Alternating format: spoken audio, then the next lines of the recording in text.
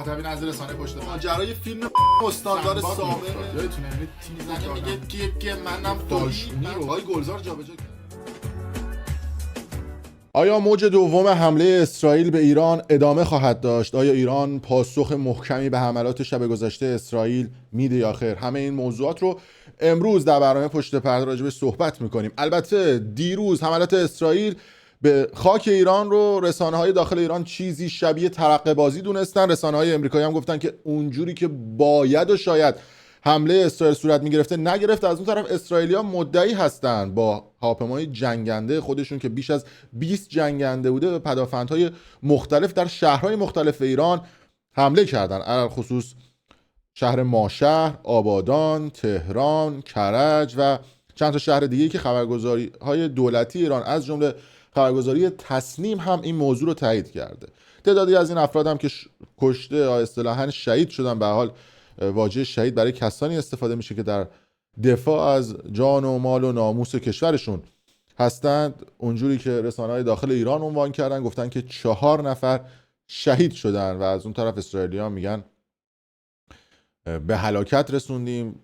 یه سری رسانه‌های دیگه میگن کشتش نخواستیم. بین این واژه کشته شدن و به هلاک رسیدن و شهید شدن بین علمای اونوری بحث و نظرهای مختلفی وجود داره. اما نکته‌ای که وجود داره این هستش که بعد از این حملاتی که اتفاق افتاد و اسرائیل حملات خودش رو به خاک ایران انجام داد، تا ساعتها مسئولان و رسانه ها گوگیجی گرفته بودن، اصلا نمی‌دونستن که حمله چجوریه. عده‌ای میگفتن بمبگذاری بوده، عده‌ای میگفتن حمله هوایی بوده، عده‌ای هم میگفتن نه پهپاد بوده. یعنی تا ساعتها نمیتونستن این قضیه رو تشخیص بدن. از اون طرف شدت انفجارها گسترده در سطح شهرها نبود، یعنی در غرب تهران، شرق تهران و هلوهوش فرودگاه امام یا از اون طرف کرج هم نزدیک فرودگاه پیام یه سری انفجارها انجام شد که میگفتن بیش از 30-40 تا انفجار بوده.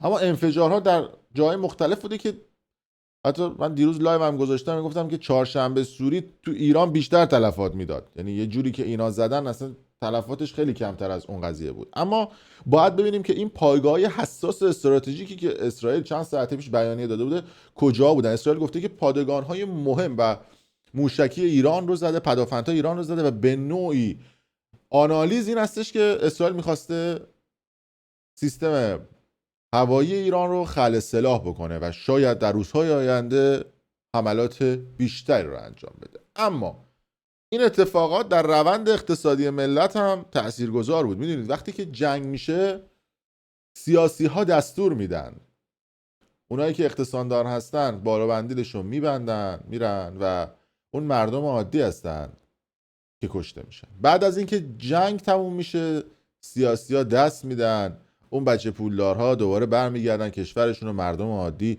به دنبال عزیزانی که ازشون کشته شده میگردن. این قانون و رسم جنگه. به خاطر همینه من همیشه خودم میگم که مخالف جنگم، به خاطر اینکه جنگ خرابی هایی رو به بار میاره که سالیان سال نمیشه جبرانش کرد. اما با شرایط اقتصادی که تو ایران هستش، وقتی با مردم صحبت میکنی، وقتی حرف مردم رو میفهمی، وقتی حرف مردم رو میشنوی، میگن آقا بذار جنگ بشه، اینا برن، اینا حالت عادی نمیرن، ما دیگه اصلا شرایطمون از شرایط جنگی بدتر. دو حرف اونا میشه، یعنی راضیان به این جنگا. وقتی که ایران اسرائیل رو میزنه، مردم اسرائیل میرن تو پناهگاه برای اینکه از جون خودشون محافظت بکنن. اما وقتی که تو ایران جنگ میشه، اسرائیل ایران رو میزنه، مردم میرن بالا پشت میگن آقا فلانجا رو بزن، اون نقطه رو بزن، اون آخونده اونجاست، اون سپاه. این تفکرات و این تفاوت تفکرها خیلی تلخه، ولی خب داریم میبینیم که هست بین دیالوگ مردمه، کسی نمیتونه پنهانش بکنه. چرا؟ چون وقتی که اسرائیل به ایران شب گذشته حمله کرد، دلار به جای اینکه بالا بره ریخت. یعنی دلار رفت تا 70,000 تومان. اما همین الانی که من دارم ویدیو رو برای شما ضبط میکنم 65,000 تومانه. یعنی یه چوسه حمله کرد دلار 5,000 تومان ریخت. بورس سبز شد، یعنی تمام سهام هایی که ریزش میکردن با حمله اسرائیل سبز شد. یعنی مردم میگن آقا اگر میشه به این اسرائیل بگید چپ و راست بزنه تا دلار بشه 40 تومن. ما نگاه میکنیم پیامدهایی که این قضیه داره. از اون طرف رسانه‌های امریکایی که حالا مخالف جو بایدن هستن میگن که اسرائیل به حرف امریکا گوش داد و نرم از بغل و خیلی ملو و یواش این حمله ها رو انجام داد که پاسخ کوبنده‌ای از ایران دریافت نکنه. هم بگه که من حمله کردم، هم بگه آقا من جواب ایران رو دادم، هم یه جوری زد که ایران جواب نده. در صورتی که ما وقتی نگاه میکردیم میدیدیم آقا مانورهایی که اینا انجام دارن میدن، خبرهایی که اینا دارن پوشش میدن، آقا ما میزنیم، جر میدیم، پاره میکنیم، یه جوری میزنیم مثلا کرکوپر جهان بریزه، یه جوری حمله میکنیم پشمای همه فر بخوره. یعنی مردم آمادگی نداشت نصف تهران رو بزنه، برج میلادی بیاره پایین. بابا یه 4 تا تیر تخته زده. البته بازم میگم بعد ببینیم که چه پایگاه مهم استراتژیکی رو زده که ایران که سانسور میکنه خبراشو. البته ببینیم خبرایی که تو منابع و 4 تا جاسوس و 4 تا آنتن و 4 تا آدمی که اونجا هستن خبرا رو بدن بیرون. وگرنه رسانه‌های رسمی تو ایران که اصلا میگن کجا بود، اصلا نبود. ولی وقتی تحرکات منطقه رو میبینیم، وقتی قالیباف بلند میشه میره لبنان، دقیقاً تو همون نقطه که اصلا نصرالله رو زدن، وقتی وزیر امور خارجه ایران میره لبنان، سوریه مذاکره میکنه با آمریکایی‌ها توی امارات، خود پزشکیان بلند میشه میره روسیه، سفر میکنه با حاشیه خلیج همیشه فارس، سفر میکنه به امریکا، این نشون میده اینا بستن و دیلاشونو کردن. و یعنی خود اسرائیلیا بیانیه دادن گفتن آقا ما جنگنده فرستادیم تو خاک ایران، در حالتی که از شب گذشته گفته بودن که باید پایگاه‌های نظامی و پدافندی ایران و سایت‌های راداری ایران در آماده باشه جنگی باشن، یعنی کفتر اگر رد شد بزنیدش. چجور 20 تا جنگنده وارد خاک ایران میشه؟ وقتی دیل بشه به جای 20 تا 200 تا میاد 4 تا کرم خاکی رو میزنه میره. حالا چه دیلی شده، چه امتیازی داده شده و چه امتیازی گرفته شده، خودش رو بعد وایسیم ببینیم داستانش چی بوده، تاریخ دانها خواهم فهمید. چون که یعنی بهایی که ایران داد با بهایی که اسرائیل داد باید با هم بذاریم تو کفه ترازو. رهبرهای مهم سیاسی رو اسرائیل زد، مثلا نصرالله، نمیدونم اسماعیل هنیه و بقیه اون رهبراشون رو زد. ایران موند و رهبراش و آدم‌های پرنفوذش و قدرتش که توی منطقه هستش. یعنی با شرایطی که الان داریم میبینیم ایران میشه جنرال منطقه، چون الان قدرت نمایی هم کرده و گفته آقا من زدم، شما زدید 4 تا بیابون زدید. البته اونا مسخره میکنن میگن آقا اینا آب گرم کن پرت کردن سمت ما، یعنی موشک نبوده آب گرم کن بوده اومده سمت اسرائیل. ولی وقتی آدم مقایسه میکنه این حرفا رو با هم دیگه میرسه به نکاتی که آقا میگه عجبا. توی حتی خبرها هم زده شده که نتانیاهو گفته که این حملات دستگرمی بوده برای حملات بیشتر بعدی و حتی کارشناسا اومدن گفتن که این حمله اسرائیل بیشتر برای جمع‌آوری اطلاعات پدافندی بوده. یعنی اومدن یه حمله ای رو انجام دادن ببینن که آقا پدافند ایران تو چه سطحی هستش. یعنی ما باید هر دو طرف هم نگاه بکنیم. میگم سیاست به در مادر نداره، شما احتمال هر گونه لابی رو این وسط میدید. اینکه ممکنه اسرائیل دیل کرده باشه، ممکنه مقام‌های ایرانی بخوان یه پاسخ کوبنده بدن که البته سپاه گفته که ما حتما پاسخ کوبنده‌ای به اسرائیلیا خواهیم داد و کوتاه نمیایم. 2 نفر توی ماشر فوت کردن، یکیشون مسئول عملیات موشکی بوده توی ماشر که اون کشته شده، متاسفانه فوت کرده، حالا شهید شده.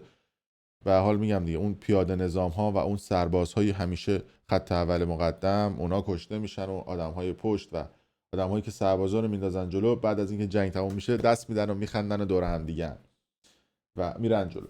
ولی خب ما داریم بررسی که میکنیم، حتی عنوان شده که یه دونه کارخونم دیشب منهدم شده نزدیک تهران و کارخونه‌ای بوده توی شمس آباد.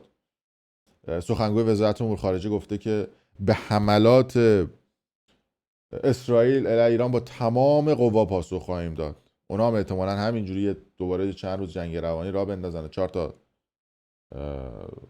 تیر تخته رو بزنن. حتی تسنیم خبرگزاری نزدیک به سپاه هم گفته که اسرائیل بابت این تجاوزی که کرده بوده به خاک ایران حتما پاسخ کوبنده‌ای دریافت خواهد کرد. یعنی این هم به هر حال در نوع خودش جالبه که دارم با هم دیگه صحبت. من یه دونه سایت موشکی هم توی ایلام بوده که عنوان شده که به صورت کامل نابود و منهدم شده.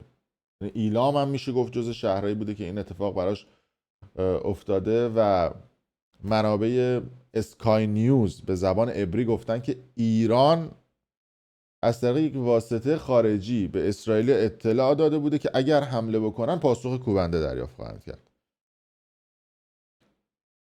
و حتی اسم اون شخصی هم که حالا توی شهرستان ماشهر شب گذشته شهید شدن اومده بیرون، آقای حمزه جهان دیده.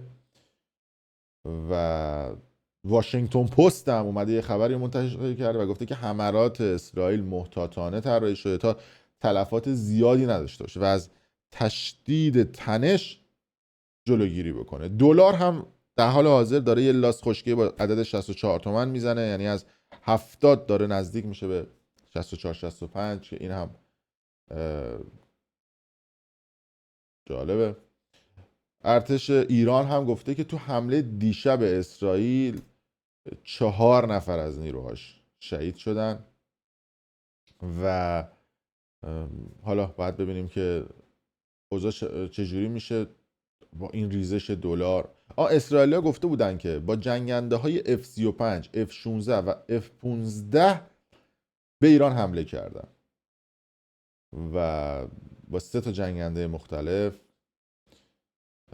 و ژنرال سابق اسرائیل آقای زیو گفته که ایران به مدت 3 ساعت کاملا درمانده بوده زیرا اسرائیل به میل خود سایت نظامی و استراتژیک رو بمبارون کرده که پس از سالها لاف زدن به پدافند هوایی شگفت انگیز خودشون معلوم شد که پدافند ایران بیفایده است و نتونسته کار رو انجام بده. پروازها هم حالا گفته بودن که با حالت عادی برگشته در شرق ایران و غرب ایران که حالا فعلا اوضاع احوال هنوز معلوم نیست چجوریه. و توی توییتر هم طرفداران و افراد نزدیک به بنیامین نتانیاهو گفتن که ایران بره خدا رو شکر بکنه که از بمب‌های هسته‌ای استفاده نکردیم و پایگاه 4 شکاری دستفول هم گویا بهش یه دونه حمله شده. خلاصه هستن دیگه دور هم دیگه. و دیروز هم چند تا شی نیورانی توی تهران دیده شده بعد از اون حملات، معلوم نیست چی بودن دیگه، تو همون جنگنده ها بود. چجوری جنگنده ها از این رادارها فرار کردن اینور در نوع خودش هم جالبه. در هر صورت حالا ما صبر میکنیم تا ساعت آینده ببینیم که وضعیت چجوری خواهد شد. امشب هم شب حساسی خواهد بود و بعد ببینیم که آیا حمله صورت میگیره یا نه. و مرسی که تا این لحظه با ما بودید. اگر دوست داشتید حتما با ما کامنت بذارید و نظراتتون رو بگید و ممنون از شما.